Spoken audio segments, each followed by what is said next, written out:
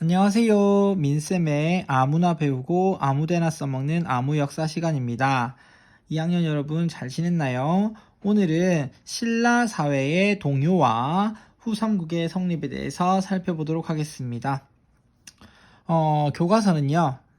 교과서 페이지 84페이지에서 88페이지가 되겠습니다. 여러분들 교과서 같이 놓고 선생님 수업을 잘 들어주기 바랍니다. 오늘은 신라 사회의 동요와 후삼국의 성립이라는 주제라고 아까 얘기했었는데요. 여기서 동요란 말은 랄랄랄라 하는 노래 동요가 아니고 흔들린다 라는 뜻이에요. 즉 신라 사회가 안정되지 못하고 그 사회의 기반이 흔들리게 된다라는 것을 의미한다는 것이라고 여러분들이 생각하면 될 것 같아요. 즉 사회가 점점 어려워진다라고 여러분들이 기억을 해두면 되겠습니다. 지난 시간에 선생님이 신라의 시대 구분을 이야기하면서 왕권과 귀족권의 변화에 대해서 살펴봤었죠. 왕권은 점점점 상대에 낮았다가 올라갔다가 하대로 떨어진다. 그리고 반대로 귀족권은 어떨까요?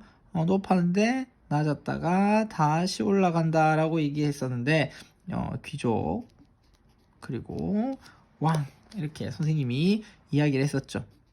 바로 오늘은 귀족권이 올라가고 왕권이 약화되는 언제? 즉 하대의 이야기를 해보도록 하겠습니다. 그래서 선생님이 신라 하대 혹은 신라 후기라는 표현을 쓰게 될 겁니다. 그러면 제일 먼저 신라 사회의 동요에 대해서 살펴보겠습니다. 신라 사회가 어떻게 안정되지 못하고 흔들리게 됐는지에 대해서 먼저 살펴볼 거예요. 자, 그 첫 번째 이야기는요, 무엇과 관련되었다고 할 수 있냐면, 진골 귀족의 왕위 다툼이라고 할 수 있습니다. 뭐라고요?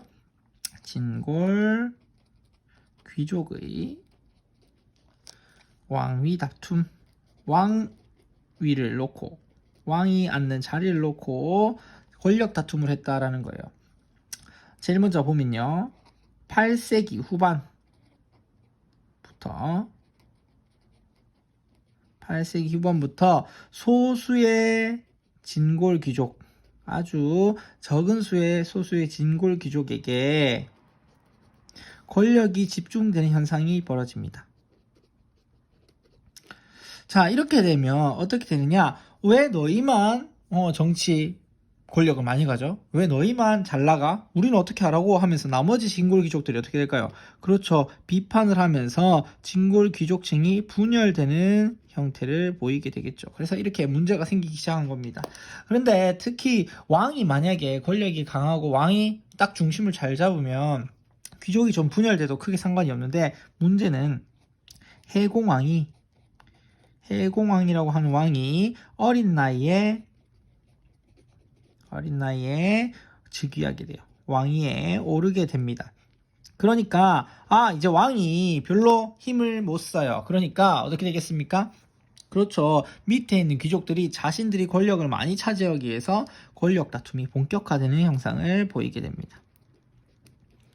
권력 다툼을 본격화하는 그런 현상을 보이게 되고요.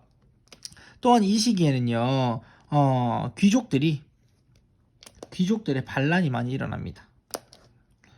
귀족들의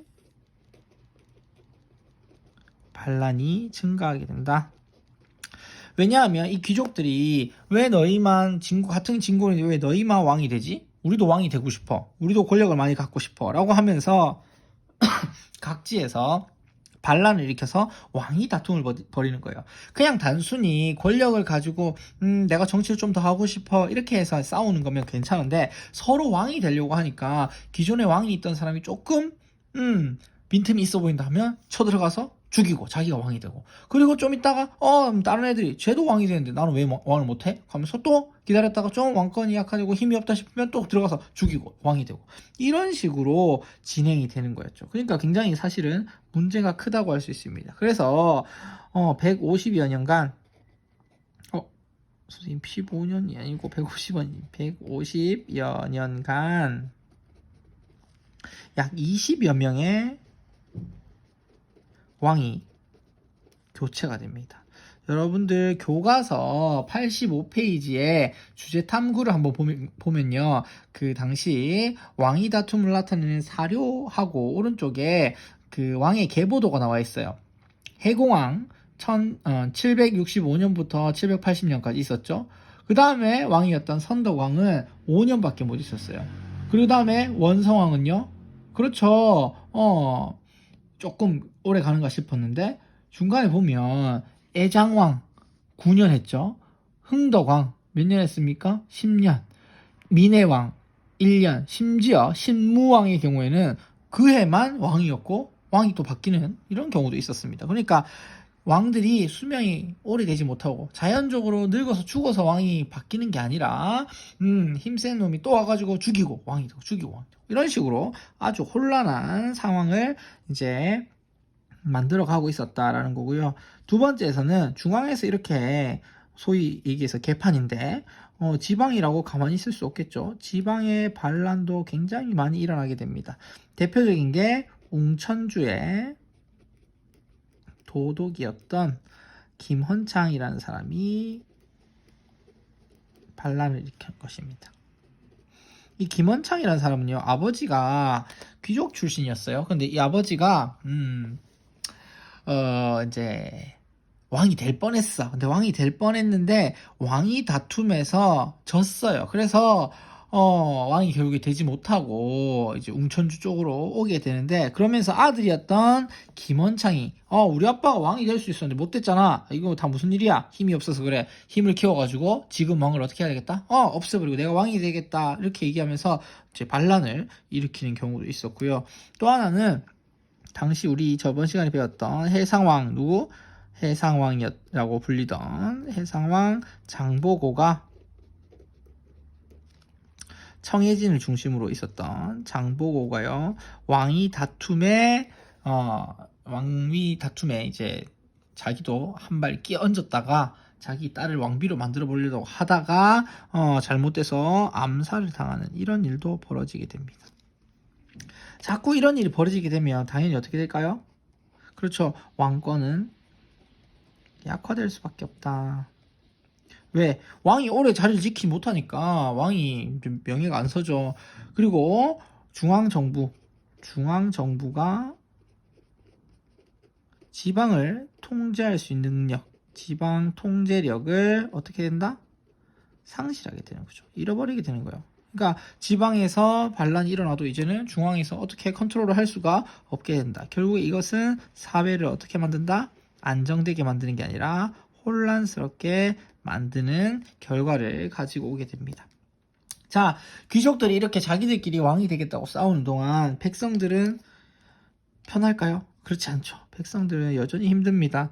그래서 농민 봉기가 일어나게 되는데, 배경을 보면요,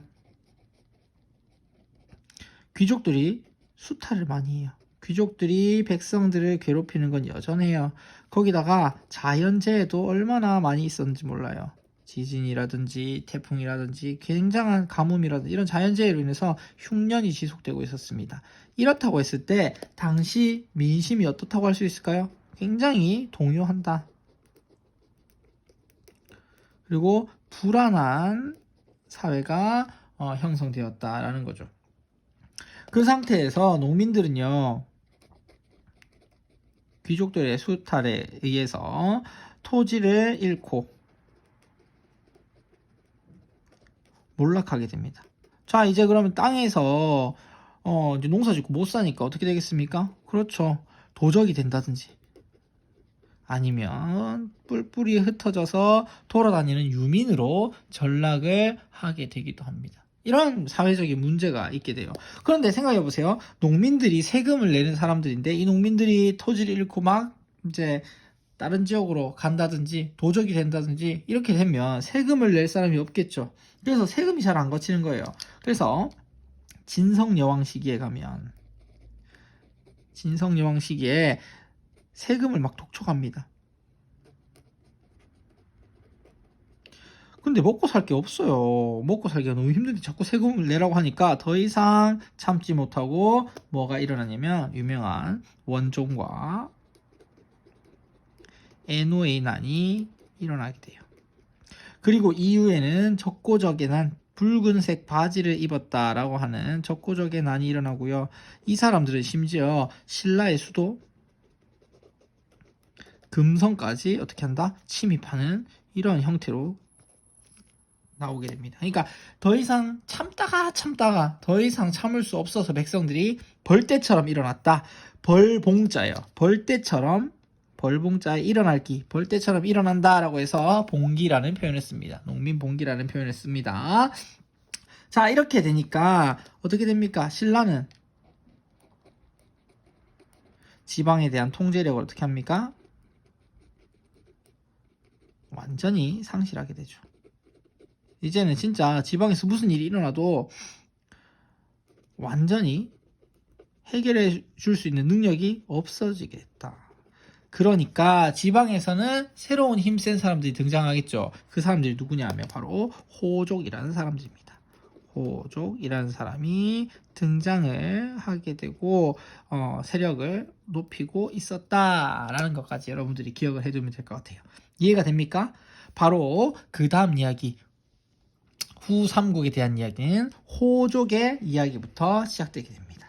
2번 후삼국의 성립. 여러분들 교과서는 86페이지로 넘어가게 됩니다. 후삼국이 세워지다. 후삼국이 어떻게 성립되느냐? 일단 뭐라고요? 호족이 성장한다. 이 호족들은요, 중앙에서 통제력을 상실한 중앙정부 대신에 지방에서 새로운 세력으로 등장하게 돼요. 이 사람들은 스스로 그 성을 쌓고요, 군사력을 갖추고 있었던 사람들로서 스스로 뭐라고 불렸냐면 장군이라는 표현을 쓴다든지 스스로 성주, 성의 주인이다라는 표현을 이제 쓰기도 했습니다. 그리고 이 사람들은 주로 어떤 출신들이 많았냐면 지방의 유력자였던 촌주 세력도 있었고요. 그리고 지방에 있었던 군인들을 중심으로 하는 군진 세력도 있었고요. 그 다음에 바다에서 교역을 하면서 돈을 많이 모았던 해상 세력도 있었고요. 그리고 아예 진짜 밑바닥에서부터 농민들 출신에서 초적, 그러니까 뭐라고 해야 되나, 지배층의 수탈에 저항해서 반란을 일으킨 초적 세력도 있었다. 다양한 세력들이 있었다라는 것입니다. 거기다가 플러스 호족들만 이러한 사회에 불만을 느낀 게 아니었어요. 육두품 역시 불만이 많았습니다. 왜? 뭐 맨날 진골 귀족들만 다 한단 말이에요. 그러니까 육두품들도 차별에 불만을 가지게 되고, 이에 따라서 누구와 결탁한다? 우리가 뜻이 맞네. 너도 신라 싫어해? 나도 신라 싫어해. 너도 진골 귀족 싫어해? 나도 싫어해 하면서 호족 세력과 육두품이 결탁을 하게 된다. 반신라 세력으로 성장을 하게 된다라는 거예요. 그리고 이 시기에는요, 새로운 사상이 유행하기 시작합니다.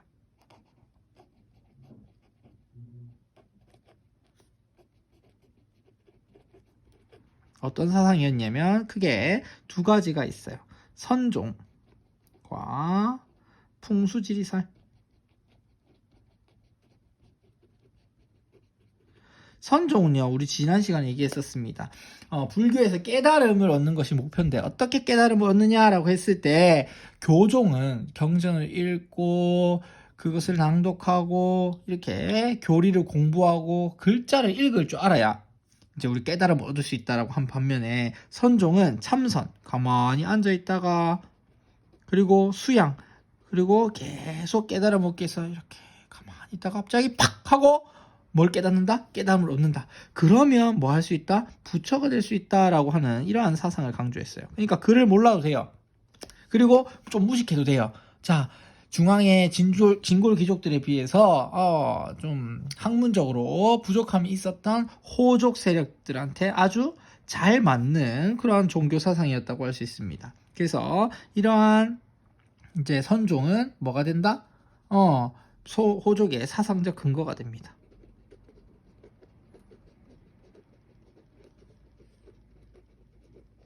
사상적 근거가 된다라는 거고요.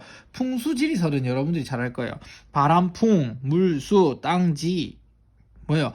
바람, 물, 땅의 모양, 산의 모양 이런 걸 가지고 길흉화복을 얘기하는 겁니다. 우리가 제일 좋은 거 배산임수죠.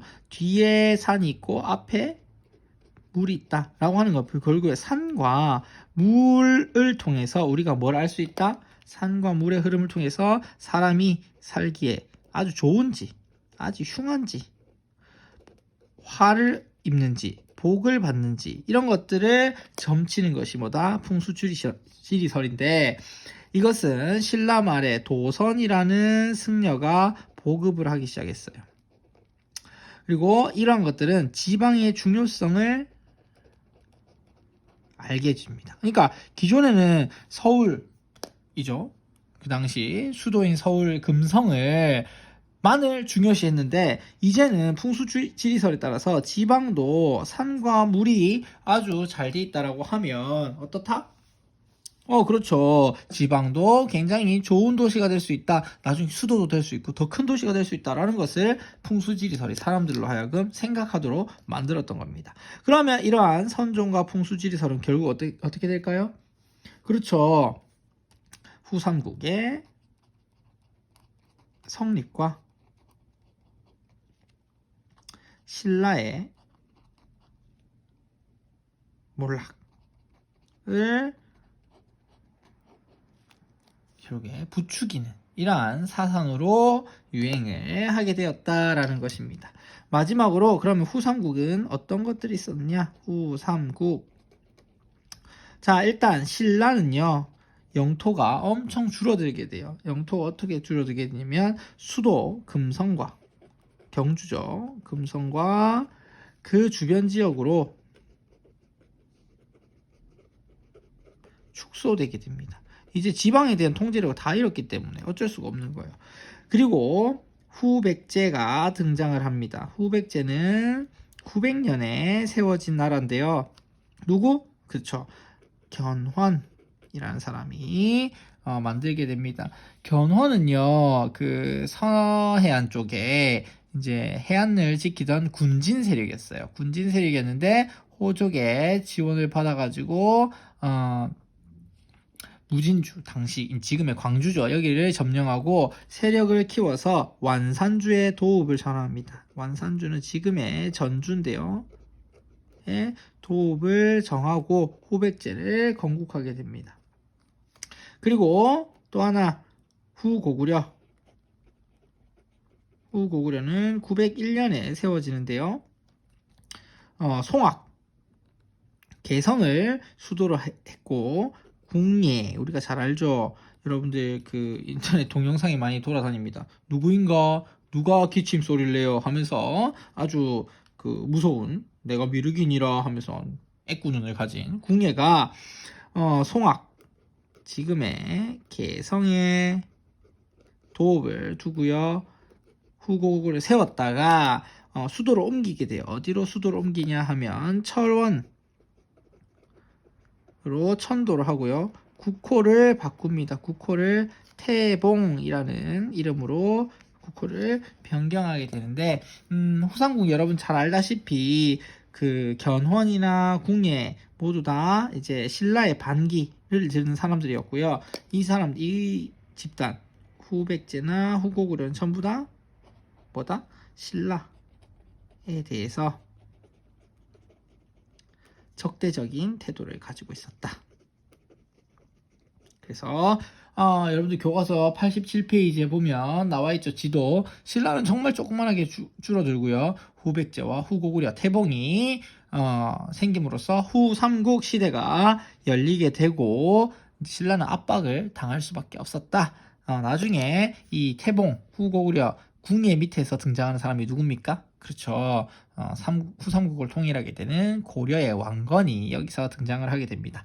여러분들 교과서 5페이지 내용 살펴봤고요. 그 다음에 86페이지에 신라말 서로 다른 길을 걸어간 삼최라고 해서 1대 삼최라고 불리는 3명의 최씨들이 나옵니다. 이 사람들은 모두 다 공통적으로 육두품 출신으로 당나라에서 유학해서 과거에 합격했다. 그리고 이제 다른 나라에서 이제 성공을 했으니 유학을 해서 성공을 했으니까 신라를 어떻게든 바꿔보려고 돌아왔으나 진골 귀족과의 이제 다툼과 반대와 골품제의 한계에 부딪혀서 결국에 그 신라에서는 뜻을 펼치지 못하고 각자의 방식으로 노력을 하게 되었다. 그래서 서로 다른 길을 걸었다라고 해서 3명의 최씨, 최치원, 최승우, 최언희를 삼최라고 부릅니다. 이것도 한번 읽어보기 바라고요.